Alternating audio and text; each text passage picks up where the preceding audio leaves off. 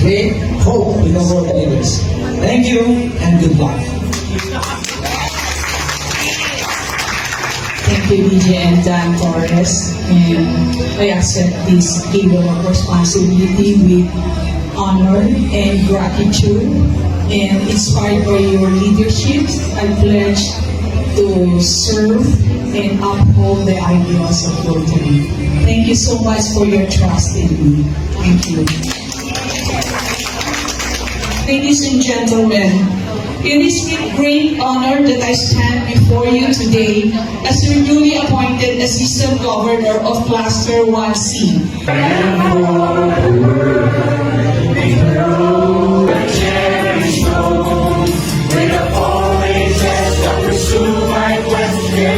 Now, in my capacity as the Assistant Governor and with the authority vested in me, I now officially adjourn this Rosary District 3790 Cluster 1C Awards and turn over ceremony.